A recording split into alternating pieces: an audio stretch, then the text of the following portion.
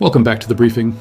There are two numbers that explain why defense is winning every engagement but losing the war, and the gap between them is not a tactical failure or a technology problem. It is a mathematical inevitability that no amount of interceptor stockpiles can overcome. Number one, 1,500. That is how many missile and drone attacks Iran has launched against the United Arab Emirates since the war began. Number two, 94%. That is the UAE's intercept rate. 94% of incoming threats destroyed before impact. That is not just a high success rate. That is one of the most effective air defense performances in modern warfare history. And the UAE is still under continuous bombardment, still absorbing attacks, still expending interceptors at a rate that cannot be sustained indefinitely. Because when you intercept 94% of 1,500 attacks, that means 6% get through successfully. 6% of 1,500 is 90 successful strikes, 90 impacts on infrastructure, military installations, and civilian targets across a country that cannot afford even one successful strike on its critical water supply infrastructure. Let that sink in for a moment. The UAE has the best intercept rate in this entire conflict, and it is still absorbing more attacks than Israel, which is the primary combatant. Over 40% of all Iranian strikes in this war have been aimed at the UAE. That is more than double the number of attacks directed at Israel. Why exactly? Because the UAE hosts American bases, provides logistic support, and occupies geographic positions that make it essential to the entire operation. And Iran has decided that overwhelming UAE defenses through sheer volume is a more achievable objective than penetrating Israeli air defense systems that are layered, redundant, and constantly resupplied by the United States. The attacks are not precision strikes against military targets specifically. They are hitting roads, residential areas, and civilian infrastructure, including the Burj Khalifa, the tallest building in the world. This is not a military strategy designed to degrade combat capability. This is a strategy designed to create chaos, force evacuations, and make the cost of hosting American forces higher than the value of the security guarantees those forces provide. And the UAE just crossed a line it has never crossed before in its entire history. For the first time in its history, the UAE conducted a direct offensive military strike against Iranian territory. The target was a desalination plant, not a weapons facility or command center, a water treatment facility. That choice of target is a direct message. The UAE is signaling that if Iran continues attacking civilian infrastructure, the UAE will respond by targeting the infrastructure that Iran's civilian population depends on for survival. And that threat is not symbolic at all. It is existential. Stay with me. Because the water infrastructure vulnerability in this region is not a secondary concern. It is the primary strategic weakness that could render entire countries uninhabitable within weeks. Kuwait obtains 90% of its drinking water from desalination plants, Oman 86%, Saudi Arabia 70%, the UAE 40%. These are not facilities that can be temporarily disrupted and then restored. These are the life support systems for cities that exist in a desert environment with no natural freshwater alternatives. The plants cannot be moved. They cannot be hidden. They are massive industrial facilities visible from satellite imagery, fixed in location, and require continuous power supply and seawater intake infrastructure that extends into coastal waters. One successful strike against a major desalination plant in Kuwait creates a water crisis that forces immediate evacuation or humanitarian catastrophe. There is no middle ground. The population cannot survive without water, and the water supply is entirely dependent on facilities that are fixed, visible, vulnerable, and within range of missiles that have already demonstrated the ability to penetrate air defenses.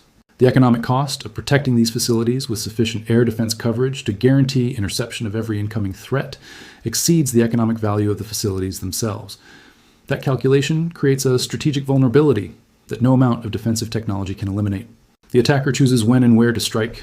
The defender must maintain readiness everywhere simultaneously. And the cost differential means the attacker can sustain operations longer than the defender can sustain defense. Iran has already executed this strategy. A drone strike hit a desalination facility in Bahrain, causing material damage. The same wave of attacks struck a major hotel in Bahrain, fuel storage tanks at Kuwait's airport, and the headquarters of Kuwait's social security institution. 2 Kuwaiti officers were killed. These are not military targets. These are economic and civilian infrastructure facilities selected specifically to demonstrate that no location is safe and no facility is off limits. Iran claimed that the United States struck a desalination plant on Keshem Island, cutting water supply to 30 villages, and used that as justification for the retaliation.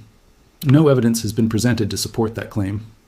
Whether the claim is true or fabricated is irrelevant to the operational reality.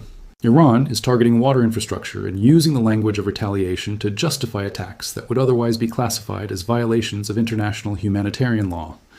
Now consider what the United States has committed to this theater: 3 carrier strike groups that represent 75% of America's total operational carrier capacity. This is the largest concentration of naval power in one region since the Iraq War. The carriers are positioned in the Red Sea and Eastern Mediterranean, which means the United States has committed the majority of its global naval force projection capability to a single theater, while other regions, the South China Sea, the Arctic, the Atlantic, have reduced American presence. Each carrier strike group represents not just the carrier itself, but the destroyers, cruisers, supply ships, and submarines that form the protective and logistical envelope around it. The entire package requires thousands of personnel, continuous resupply of fuel and munitions, and coordination across multiple national command structures. France has deployed its only nuclear-powered aircraft carrier to the region for deterrence and defense. That is not a symbolic gesture. That is France committing its singular strategic naval asset to a theater where the threat environment has already demonstrated the ability to strike high-value targets despite advanced air defense systems. The UK is reportedly planning to contribute 1 or 2 carriers to the operation. When you add French and British carrier capacity to the 3 American groups, you are looking at a coalition naval presence that represents the majority of Western power projection capability concentrated in a single operational area. This is not a regional conflict being managed with regional assets. This is a global mobilization of Western naval power concentrated in a theater where the primary adversary has already lost control of its airspace, but continues launching attacks at a rate that forces the defender to expend interceptors faster than they can be resupplied. And that is the critical detail. Iran has lost total control of its airspace. American and Allied aircraft operate freely over Iranian territory. Mid-air refueling is conducted in Iranian airspace without significant opposition. That level of air superiority is absolute. It is the kind of dominance that typically ends wars within weeks. And yet the attacks continue. Why? Because the systems launching those attacks are mobile, concealed, distributed, and do not require air superiority to function. Ground-based missile launchers hidden in civilian trucks, solid fuel systems that can be prepped and fired in 5 minutes, and command structures that are decentralized to the point where losing central authority does not stop local commanders from executing pre-approved strike plans. The United States owns the sky, Iran owns the ground, and the ground is where the launchers are. Now shift to what is happening inside Tehran, because the environmental catastrophe unfolding there reveals the scale of infrastructure destruction that has been achieved. Massive oil storage facilities, refineries, and fuel depots in southern and western Tehran have been struck, creating fires so large that the smoke has completely covered the capital's skyline. The mountain ranges north of the city, normally visible from downtown, are completely obscured by the black smoke layer. And the smoke is not dissipating.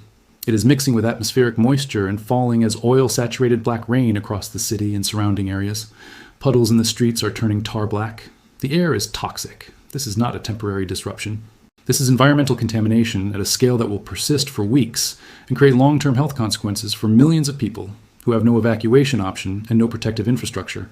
And in the same wave of strikes, a police station in Iran's western Kurdistan region was hit directly, triggering secondary explosions from heavy munitions stored at the facility. The pattern is clear. The targets are not just military command centers or weapons production.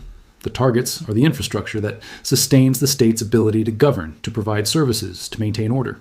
Police stations, fuel depots, refineries, power generation, water treatment. These are the systems that keep a country functioning, and they are being systematically eliminated. But here is the intelligence dimension that explains why Iran's leadership is now conducting meetings in complete darkness. The loss of airspace control means that surveillance satellites, reconnaissance aircraft, signals intelligence, and human intelligence networks all have unrestricted access to Iranian territory. Every phone call can be intercepted. Every vehicle movement can be tracked. Every facility can be imaged in real time. Senior officials cannot appear in public, cannot use electronic communications, cannot occupy buildings that have been previously identified. They are meeting in rooms with no lights, no windows, no electronic devices, because any signal, any heat signature, any visible indicator creates a targeting opportunity that precision strike systems can prosecute within minutes. This is not operational security. This is existence in a state of permanent siege where visibility equals death. And the propaganda war that Iran is waging to maintain domestic morale and project strength internationally is revealing the desperation of a regime that has lost the ability to demonstrate actual military success. Video footage was released showing air defense systems shooting down what was claimed to be a Western fighter jet. Analysis of the footage revealed the aircraft was a MiG-29, which is not in the inventory of the United States or any allied force operating in the region. The video was either recycled from a different conflict or staged using Iranian aircraft to create the appearance of a successful intercept. Then photographs circulated claiming to show captured Western Special Forces personnel. Examination of the images revealed the logo of Google Gemini, an AI generation tool, visible in the bottom right corner of the photographs. The images were not captured from a battlefield. They were generated by artificial intelligence and released as propaganda to create the illusion of operational success that does not exist in reality. So here's the full picture. The UAE has intercepted 94% of 1,500 attacks and is still under continuous bombardment. 40% of all Iranian strikes are aimed at the UAE despite it not being the primary combatant.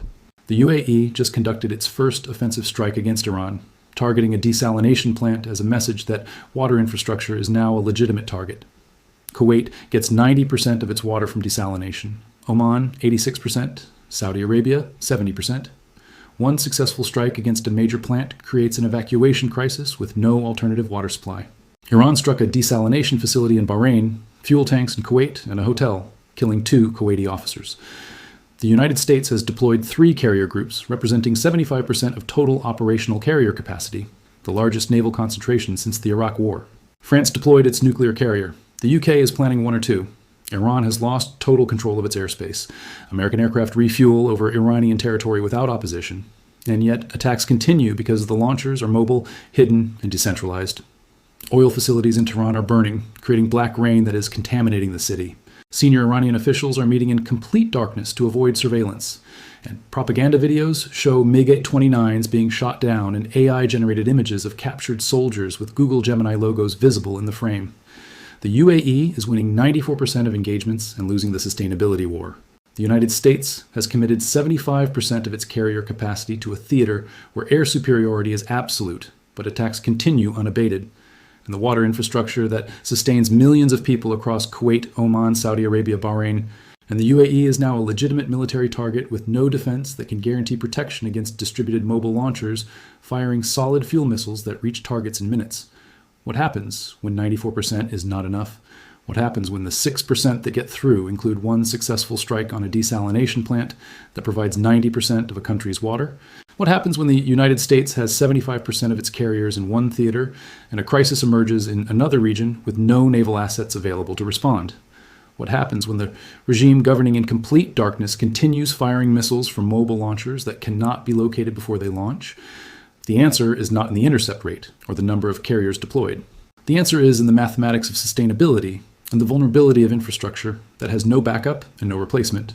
Share this now, because the gap between a 94% intercept rate and strategic defeat is not a technology problem. It is the gap between winning engagements and losing the war,